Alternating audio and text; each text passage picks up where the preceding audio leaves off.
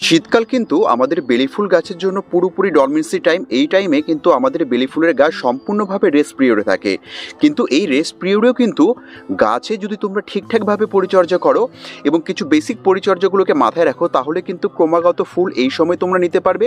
এবং এই সময় দাঁড়িয়েও কিন্তু গাছের গ্রোথ কখনোই সম্পূর্ণভাবে থমকে যাবে না।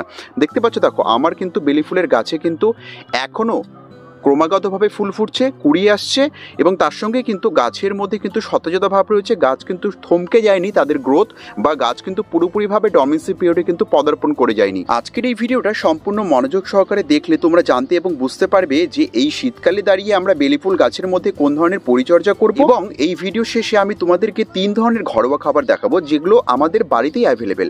এই খাবারগুলো ফেলে না দিয়ে তোমরা যদি সঠিকভাবে তৈরি করে যদি বেলি ফুল গাছে এই শীতকালে প্রোভাইড করো, তাহলে যেমন গাছের মধ্যে ভরপুর পরিমাণে গ্রোথ তোমরা ক্রমাগতভাবে দেখতে পারবে, তোমাদের 2-1টা কম বেশি করে ফুল গাছের মধ্যে আসবে, তেমনই কিন্তু এই ডরমেন্সি পিরিয়ডে কিন্তু পুরোপুরিভাবে গাছের গ্রোথ কিন্তু কখনোই থমকে যাবে না। তো কি এই পরিচর্যাগুলো এবং কোন ধরনের ঘরোয়া খাবারগুলো তোমরা প্রয়োগ করলে পরে গাছের এই বেনিফিটগুলো তোমরা এই শীতকালে দেখতে পারবে, তা জানতে এবং বুঝতে হতে গেলে কিন্তু এই ভিডিওটা তোমাদেরকে একদম সম্পূর্ণ মনোযোগ সহকারে দেখতে হবে, কোনো স্কিপ করা চলবে না।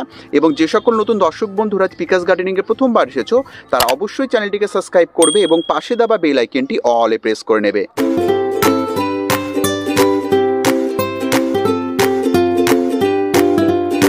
প্রথম পরিচর্যা হিসেবে যেটা আমাদেরকে মাথায় রাখতে হবে এই সময় বেলি ফুল গাছে দাঁড়িয়ে, সেটা হচ্ছে যে এই গাছ কিন্তু প্রুনিং করা ভীষণ পরিমাণে পছন্দ করে এবং ক্রমাগত যদি টিপ প্রুনিং করো তবে কিন্তু এই গাছের কিন্তু তোমরা সবসময় গ্রোথ দেখতে পারবে।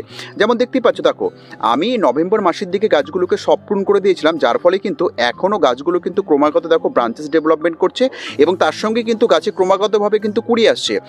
কিন্তু এই সময় দাঁড়িয়ে ডিসেম্বর মাসে যারা ভাবছো গাছকে প্রুনিং করবে, কাটাই ছাঁটাই করবে, সেটা কিন্তু একদমই করবে না, কারণ এই ফুল গাছ কিন্তু গরমের ফুল প্রদান করা গাছ। এই কিন্তু শীতকালে কিন্তু এর রেস্ট পিরিয়ড, তাই এখন এই মাসে তোমরা কোনো ধরনের প্রুনিং করবে না। প্রুনিং করবে তোমরা আফটার ফেব্রুয়ারি, কারণ এই গাছ ভালো ফুল প্রদান করে ফেব্রুয়ারি থেকে একদম শীত ঢোকার আগ মুহূর্ত পর্যন্ত। তাই চেষ্টা করবে ফেব্রুয়ারি মাসে যখন গাছগুলোকে নতুন করে রিপোর্ট করবে, গাছগুলোকে যখন নতুন করে সাজাবে, তখন এই গাছের প্রুনিংগুলো তোমরা স্টার্ট করে গাছকে আবার রিপোর্ট করে দেবে। এই শীতকালে বেলি ফুল গাছকে ভালো রাখতে এবং তার মধ্যে গ্রোথ পেতে তোমাদের দ্বিতীয় যে কাজটা করতে হবে সেটা হচ্ছে এই সম্পূর্ণ বেলি ফুলের গাছটাকে কিন্তু পরিষ্কার রাখা। পরিষ্কার রাখা মিনস কি, সর্বপ্রথমে যদি আমরা টবের মাটির দিকে যাই তো দেখতে পারবো মাটির মধ্যে কিন্তু প্রচুর পরিমাণে কিন্তু আগাছা জন্মাচ্ছে।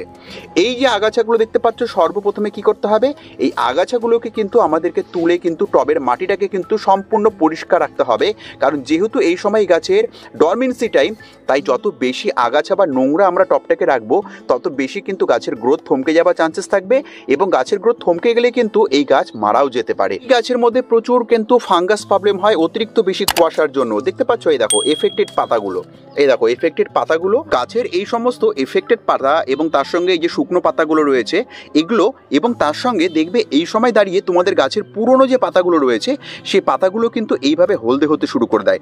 তো এই যে সমস্ত পাতাগুলো রয়েছে এগুলোকে কিন্তু আমাদেরকে গাছ থেকে তুলে গাছটাকে পরিষ্কার রাখতে হবে, কারণ এই সময় যাতে গাছের মধ্যে কোনো ধরনের ফাঙ্গাস প্রবলেম না হয় এবং তার সঙ্গে যাতে গাছের গ্রোথ আমাদের ঠিকঠাক থাকে। এই শীতেও তোমরা যদি চাও তোমাদের বেলি ফুলের গাছ খুব ভালোভাবে ডেভেলপমেন্ট হবে, কম বেশি 1-2টো করে ফুল তোমরা গাছের মধ্যে দেখতে পারবে, তার জন্য তৃতীয় পদক্ষেপ যেটা তোমাদেরকে মাথায় রাখতে হবে সেটা হচ্ছে এই যে টবের মধ্যে আমরা জল প্রদান করি শীতের সময়, কিন্তু শীতের সময় জল প্রদান করা গরমের সময় জল প্রদান করার মধ্যে পার্থক্য রয়েছে।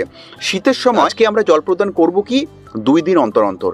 আমাদের ক্রমাগতভাবে যদি এই সময় জল প্রয়োগ করি তাহলে গাছে ফাঙ্গাস প্রবলেম হতে পারে, যার জন্য কিন্তু এই গাছটা পুরোপুরিভাবে এফেক্টেড হয়ে তার গ্রোথকে সম্পূর্ণ পরিমাণে আটকে দেবে। তাই চেষ্টা করবে যখন এই যে টবের মাটি দেখতে পাচ্ছ, এই মাটি যখন শুকিয়ে আসবে, মানে ঝুরঝুরে শুকনো মাটি এইভাবে দেখবে, তখনই কিন্তু এই টবের মাটিতে জল প্রয়োগ করবে। আর একদিন যখন জল প্রয়োগ করবে তার 2 দিন পর অন্তত এই টবের মাটিতে জল প্রয়োগ করবে। মানে কি, শীতকালে আমরা এই টবের মাটিকে 2 দিন অন্তর অন্তর জল প্রয়োগ করব। সর্বশেষ পদক্ষেপে আমরা কি দেখব, আমরা দেখব যে 3টে ঘরোয়া খাবারের কথা আমি তোমাদেরকে ভিডিওর প্রথমে বলেছিলাম, সেই 3টে ঘরোয়া খাবার। এখানে কিন্তু অলরেডি আমি 3টে ঘরোয়া খাবারকে নিয়ে নিয়েছি। এখানে প্রথম যে খাবারটা রয়েছে এটা কি, এটা হচ্ছে আমাদের চাল ধোয়া জল।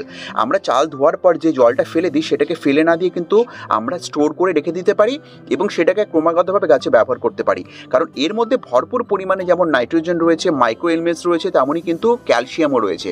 এবং দ্বিতীয় খাবার হিসেবে কি করেছি, দ্বিতীয় খাবার হিসেবে ওয়েস্টেজ যে চা পাতা পাতাগুলো আমরা ফেলে দিই সেটাকে ফেলে না দিয়ে এইভাবে মিক্সিতে ডাস্ট গুঁড়ো করতে পারি, এর থেকে লিকুইডে তৈরি করতে পারি। তোমাদের যেটা ইচ্ছা সেইভাবে তোমরা গাছে প্রয়োগ করতে পারো। এখানে কিন্তু আমি ডাস্ট প্রয়োগ করব। তো দেখতে পাচ্ছ এইখানে এই যে চা পাতার গুঁড়োটা রয়েছে এর মধ্যেও কিন্তু ভরপুর পরিমাণে নাইট্রোজেন এবং ক্যালসিয়াম থাকে। এবং এখানে তৃতীয় খাবার হিসেবে কি নিয়েছি, এটা যেমন কিছুদিন আগে আমি ভিডিওতে দেখিয়েছিলাম যে বাদাম খাবার পর সেই খোলটাকে আমরা ফেলে না দিয়ে সেটাকে কিন্তু রোদে ভালো করে শুকিয়ে যদি মিক্সিতে গুঁড়ো করে নিই তাহলে এরকম বাদাম খোল কিন্তু আমরা নর্মালি বাড়িতে তৈরি করে নিতে পারি, যা কিন্তু গাছেদের বিভিন্ন পুষ্টিমৌলের ঘাটতিকে কিন্তু মেটাতে সক্ষম। তো আমরা কি করব, এই খাবারগুলোকে এখন প্রয়োগ করব। কিভাবে কখন প্রয়োগ করতে হবে চলো দেখে নিই। প্রতি 10 থেকে 15 দিনে এরকম বড় পাত্রের ক্ষেত্রে এরকম 1 চামচ তোমরা বাদাম খোল দিতে পারো, প্রত্যেক 10 থেকে 15 দিনে একবার করে। এই যে দিলাম আমি বাদাম খোলটা 10 থেকে 15 দিনে একবার করে, এই সেম রেশিওতেই কিন্তু তোমরা কি করতে পারো, এই চা পাতার গুঁড়োটাকেও একসাথে মিক্স করে দুটোকে কিন্তু এই 15 দিন অন্তর অন্তর কিন্তু তোমরা গাছের মধ্যে প্রয়োগ করতে পারো। এই দুটো খাবার তোমাদের ন্যাচারালি সোর্স করবে এই গাছটাকে নাইট্রোজেন সরবরাহ করতে, এবং যত ভালো নাইট্রোজেন এই সময় গাছ পাবে তত ভালো কিন্তু গাছের ডেভেলপমেন্ট থাকবে। এবং এর মধ্যে যে ক্যালসিয়াম রয়েছে সেই ক্যালসিয়াম কাজ করবে কি, আমাদের এই যে শিকড়গুলো দেখতে পাচ্ছ পুরো শিকড় মাটির উপরে উঠে এসেছে, এই শিকড়ের ডেভেলপমেন্টের জন্য।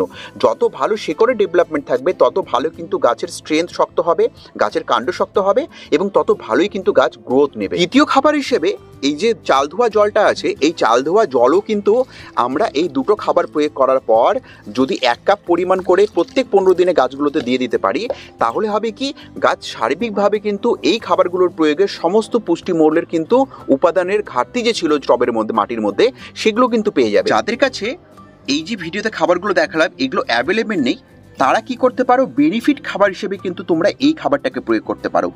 এই খাবারটা কিন্তু সার্বিকভাবে যেমন সমস্ত পুষ্টিমূল্যের ঘাটতিকে মেটাবে, তেমনই কিন্তু এই খাবার গ্রোথ হরমোন হিসেবে শেকড়ের বৃদ্ধি এবং গাছের মধ্যে থেকে কীটপতঙ্গকে দূর করতেও কিন্তু সাহায্য করবে। তার মানে কি দাঁড়ালো, এই খাবারটা সব দিক থেকে কিন্তু গাছকে প্রোটেক্ট করবে। এইটা কি, এটা হচ্ছে আমাদের অ্যালোভেরা জেল। আমরা অ্যালোভেরার ডালগুলোকে নিয়ে মিক্সিতে যদি পেস্ট করে নিই তাহলে কিন্তু এরকম একটি তরল পেয়ে যাব। এই তরলটাকে তৈরি করার প্রসেস কি, আমাদেরকে একটি পাত্রের মধ্যে ফ্রেশ জল নিতে হবে। ফ্রেশ জল নিয়ে আমরা অন্তত এই তরলটা 1 থেকে 2 চামচ কিন্তু এর মধ্যে দিয়ে দেবো।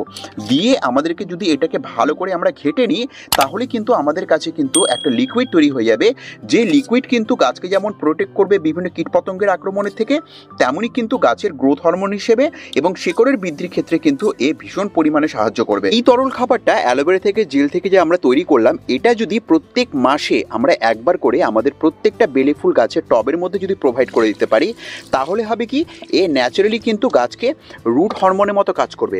এই যেমন শিকড়ের বৃদ্ধিতে সাহায্য করবে, তেমনই এই শীতকালে দাঁড়িয়ে কিন্তু আমাদের এই বেলি ফুলের গাছের গ্রোথ কিন্তু কখনোই থমকে যাবে না। এবং এই তরলটাকে তোমরা যদি শীতকালে আমরা শুধু টবের মাটিতে প্রোভাইড না করে যদি আমরা গাছের মধ্যে স্প্রে করি তাহলে হবে কি, আমাদের গাছের কাণ্ডের মধ্যে যে ক্লোরোফিলের ঘাটতি হয়, নাইট্রোজেনের ঘাটতি হয় বা ক্যালসিয়ামের ঘাটতি হয়, এই সব দিক থেকে এগুলোকে প্রোটেক্ট করবে। এবং তার সঙ্গে কিন্তু আমাদের এই গাছের মধ্যে কীটপতঙ্গের আক্রমণ, ফাঙ্গাসের প্রবলেম যেগুলো হয় সেগুলোকে কিন্তু এই প্রোটেক্ট করতে সক্ষম। এতক্ষণ ধরে ভিডিওতে আমি তোমাদের সামনে যে বক্তব্যগুলো রাখলাম সেগুলো যদি এই শীতকালে তোমরা মেনটেনেন্স করে নিয়ে তোমাদের বেলি ফুলের গাছকে পরিচর্যা করতে শুরু করো তাহলে আমার মতো কিন্তু এইভাবে 1-2টো কুড়ি যেমন তোমরা দেখতে পারবে, তেমনই কিন্তু তোমরা গাছের মধ্যে কিন্তু অনবরত গ্রোথ দেখতে পারবে। দেখতে পাচ্ছ, দেখো আমার গাছগুলো কিন্তু ক্রমাগতভাবে কিন্তু ব্রাঞ্চেস ডেভেলপমেন্ট করেই চলেছে। আমি ক্রমাগতভাবে গাছের মধ্যে কিন্তু 1-2টো করে ব্রাঞ্চেস কিন্তু দেখতে পাচ্ছি, গাছের গ্রোথ কিন্তু আমার একবারই থমকে যায়নি। তো বন্ধুরা, এটি ছিল আজকের ভিডিও। আশা করছি ভিডিওটা তোমাদের খুব ভালো লেগেছে এবং এতক্ষণ ধরে ধৈর্য দিয়ে ভিডিওটাকে দেখার জন্য তোমাদেরকে অশেষ ধন্যবাদ। এভাবে আমাদের ভিডিওগুলো দেখতে থাকো, এইভাবে পিকাস গার্ডেনিংকে নিজেদের ভালোবাসা দিতে থাকো।